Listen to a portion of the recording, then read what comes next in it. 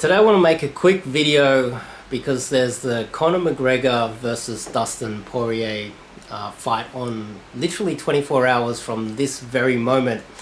And I wanted to make a quick video about it. I know everybody's talking about it on the internet, everywhere, but I want to talk about it and give you my thoughts on it based on my personal experience. My autobiography is it's in the description somewhere there. I obviously myself have a bit of history when it comes to living in a violent environment. I'm a fight fan myself. One of my profile pictures is me with my arm around George Masvidal, who I think is a legend. But I want to talk about Conor McGregor specifically, not Dustin Poirier or really the fight. But before we kick it off, I'm Dave, and this channel is dedicated to giving you no BS novel dating advice for the modern man. If you want to learn the sweet art of cold approach, you probably search this, and it has nothing to do with it, but I teach the sweet art of cold approach and meeting girls during the daytime without alcohol, with real confidence in the street, and that takes a lot of confidence, and that's part of self-development. So Conor McGregor is fighting Dustin Poirier tomorrow. Now, just a little bit of a history lesson. I want to associate what I'm talking about today with alcoholism and this book called The Winner Effect. Now, if you know a little bit about Mike Tyson's history, and you know a little bit about Muhammad Ali's history, two greats in boxing. Now obviously the UFC is far more popular than boxing. We can learn a little bit from history, the psychology of coming back. Not that I'm a psychologist, I don't really know anything about psychology, but I do understand a lot about self-development and picking yourself up when you've been beaten down. That's pretty much the story of my life. So Conor McGregor, he was drinking a lot. He was drinking a lot. He even released a whiskey. Now, with his Irish background and his Irish blood, myself, I think I'm 25% Irish, 25% Scottish. And a larger percentage is British. Almost everything else. There's probably a few other things mixed in there, but my blood and a lot of my relatives have serious drug and alcohol addictions.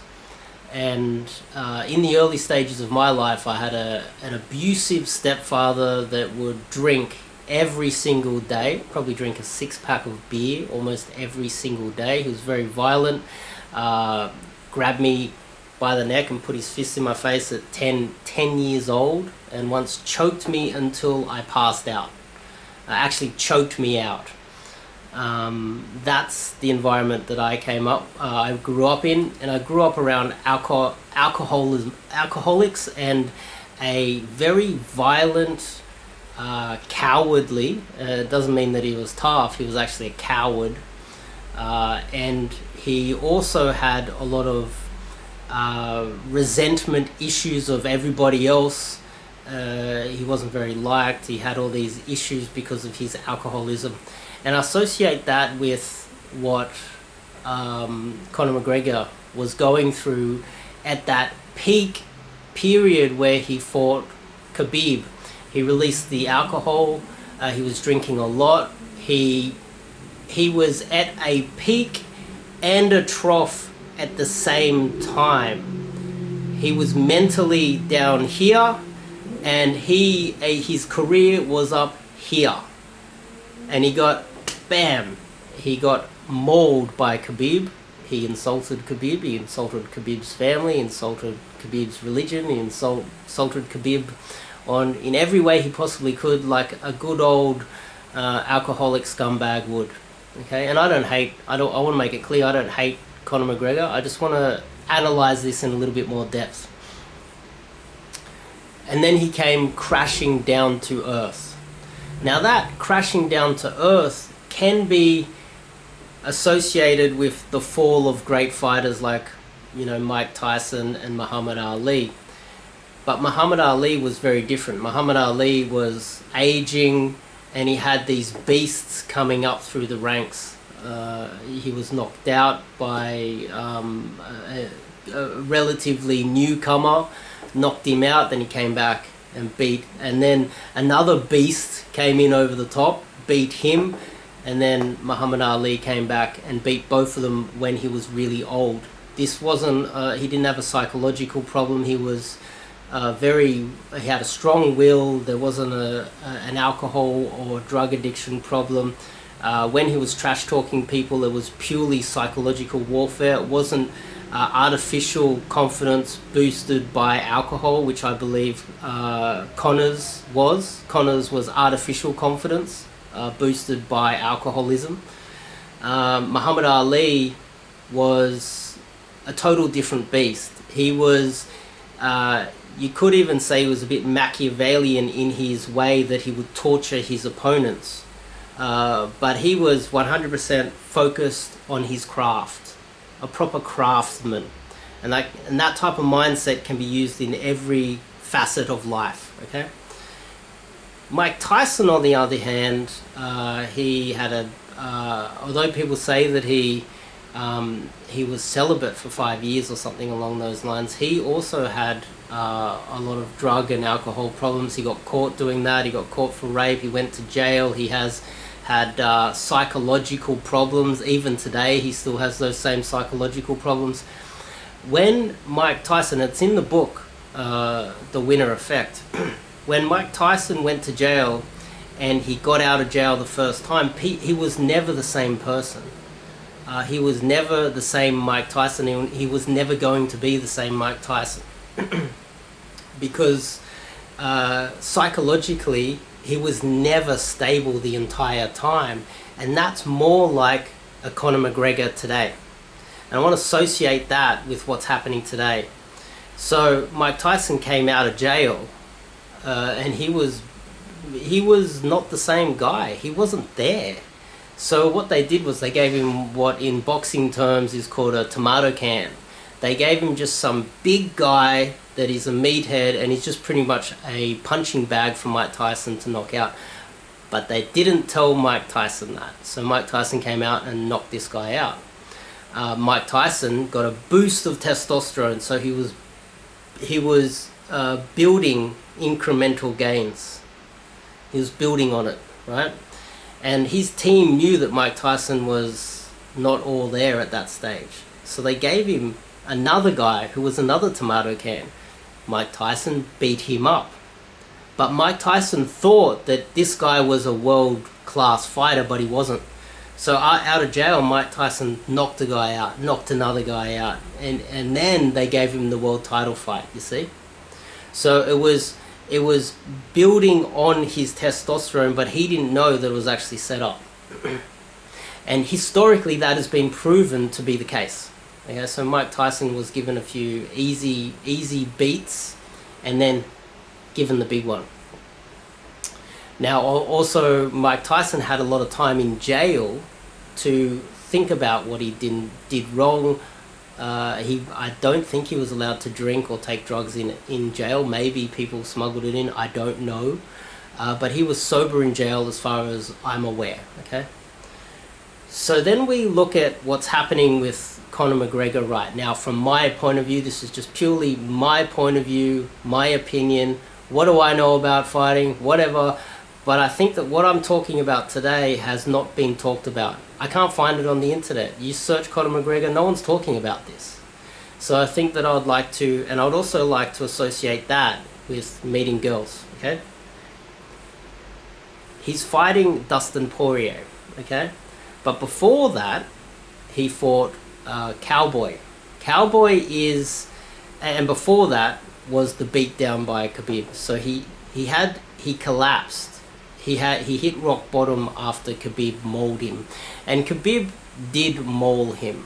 It was a mauling. It was a total decimation of Conor. It was embarrassing to some extent, and maybe thousands, if not hundreds of thousands of people tweeted about Conor's demise at that point. So he hit rock bottom.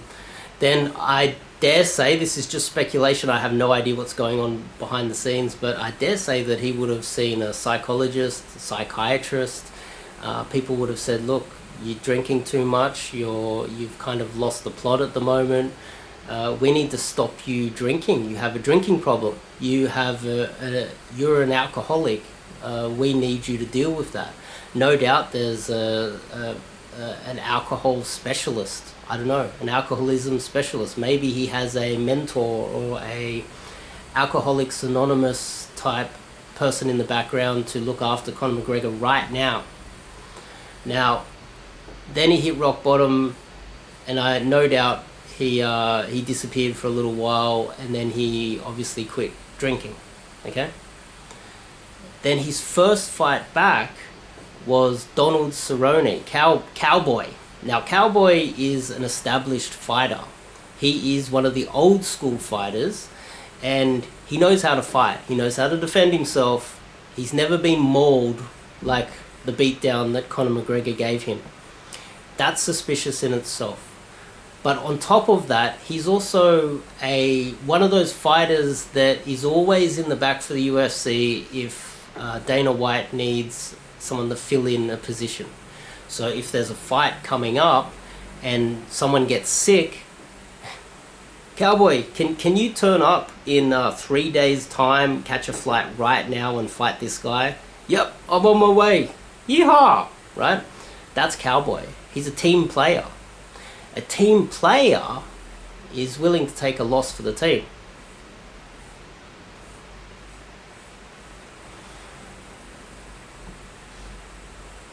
That's what I said. So, if the team player became a tomato can for a recovering alcoholic in Conor McGregor that had lost all of his artificially pumped up self-confidence through alcohol, he had to quit alcohol, and then it was as if the wet blanket had been taken off him and he was exposed to the world. The cold was a little bit more, you know, like the cold weather in the morning when he runs up to go for a run, it hurt a little bit more. Training hurt a little bit more because he didn't have the reliance on alcohol, the numbingness of that. Whenever someone would say something that would hurt his feelings, it would hurt him more inside because he's a recovering alcoholic. He would build up this resentment about people and fixate on it like good old recovering alcoholics do, and just alcoholics in general. It damages their brain. What you do is you have a team around Conor, supporting him, giving him, you know, massages, giving him "you are the best, Conor." You know, that was just a blip on the radar. What I'm trying to say is that after the Khabib fight, I believe Conor was finished. Now I'm just going to throw it out there. I just think that he was finished. I think that his team deep down know that he was finished. They could see the psychological problems. They could see that this was an alcoholic that hit the pinnacle when really psychologically he was in a trough. And he lost to Khabib, and then they gave him a tomato can. Shoulder. This is apparently a dangerous weapon. I think in gyms all around the world they're teaching people how to throw the shoulder. You know how you block the shoulder? You just like maybe move your head a little bit. So Cowboy is the team player he is. You know, he took one for the team.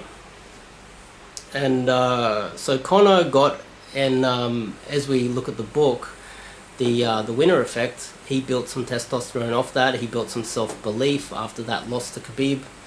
And now we have Dustin Poirier, where actually I want to go back to that, sorry. During the press conferences, Conor was as kind and nice to Donald Cerrone as he has ever been to anybody in his entire career. So polite, so respectful. As if Cowboy was doing him a solid. You know what I mean? Now the second one is he built up some testosterone through that win, and then we have the second, in my opinion, tomato can in Dustin Poirier. Now Dustin Poirier, whether he's in on it or not, I have no idea. Whether they're risking everything, they're gambling everything on this. But Conor was so polite to Dustin. There's a lot of money that went to charity, and Dustin's charity as well. Dustin has a family. So if we were to think about this in terms of building up the confidence of a fighter and getting them back on track, you see, 2020, Conor was constantly saying, I want to fight 5 guys this year. He was saying that publicly. Dana gave him 1 fight because he wasn't ready. But if Conor McGregor was not saying that and he didn't fight, then everyone would blame Conor. So what they do is they blame the pandemic and they blame Dana. They don't blame Conor and his alcoholism and his inability and his psychological problems that he's going through at the moment. They're hoping that he can recover from his psychological problems at the moment. Maybe a little chat with Khabib was, look, we need to get this guy back on track. He's so far off track. He's really unstable at the moment. He's seeing a psychologist. He's doing everything that he can. He's stopped drinking. Can you give him 2 years of sobriety so that we can get him back on track, and then we'll have Conor versus Khabib 2? How do you know that that conversation didn't happen? When I piece together the puzzle, it's very clear to me what's happening. Dustin Poirier is the next tomato can. I'm going to watch it. I'm going to watch it anyway. George Masvidal actually has spent a lot of time training Dustin Poirier. And that makes me think, okay, look, is it just is he just another fall guy? Who knows? Who knows? You see, these things have happened throughout history, and if they were both fall guys, they were both tomato cans, I'm happy with that, because that means that we're going to see in 2 years maybe since Khabib mauled Conor can recover psychologically, get himself back on track, and then have another shot at Khabib. The question here is, can a recovering alcoholic, with all of the psychological damage that happens to a recovering alcoholic, get back on track to beat Khabib, who is pretty much the Muhammad Ali of the division? And I don't think that that's possible. I always think that this is always your number one weapon. Even when your body is decimated, when everything else falls apart, this is your number one weapon. And if you damage it with alcohol or whatever, this is a question for how strong is Conor McGregor up here. And who knows? If Conor was to beat Khabib in this upcoming Conor Khabib 2, that would mean that up here, he is one of the strongest people alive, because I bet you right now that Conor McGregor is suffering second by second. Every minute of the day in the back of his mind is, I'm a little bit stressed, maybe I could have a drink right now. Things are getting a bit tough. I've worked hard today, I deserve a drink. Every minute of the day in the back of Conor McGregor's mind would be, I could do with a drink. And some of the strongest willed people that I have ever met in my life, and the nicest, most compassionate people I have met in my life, are the Alcoholics Anonymous people that fix up their life. They go through the 12 or 24 steps, they apologize to everybody that they've wronged, and they get themselves back on track, and they become a force for good in the world instead of a force for evil. Now, there's a lot of people midway there that they kind of quit alcohol, they drink a little bit, they quit a little bit, and they remain resentful pieces of shit for the rest of their lives. And fingers crossed, because even though I like George Masvidal, I actually like Conor McGregor, and I'd love to see Conor McGregor overcome alcohol addiction, overcome this loss, overcome all of his demons, knock out this next tomato can in Dustin Poirier, and then somehow, against all odds, beat Khabib. Imagine that. Because that's a story that I would like to tell. Because even Mike Tyson was not able to do that. And this story is far more epic than anything that Muhammad Ali has ever done. This is a story that internally, I dare say, and everybody knows about this, alcoholism is one of the most dangerous things on planet Earth today. And alcoholics are some of the most dangerous people on Earth today. If Conor was to overcome all of that and beat Khabib in Conor versus Khabib 2, it would be, in my opinion, more epic, when you think about it this way, than anything Mike Tyson or Muhammad Ali did combined. I'll see you guys in the next video.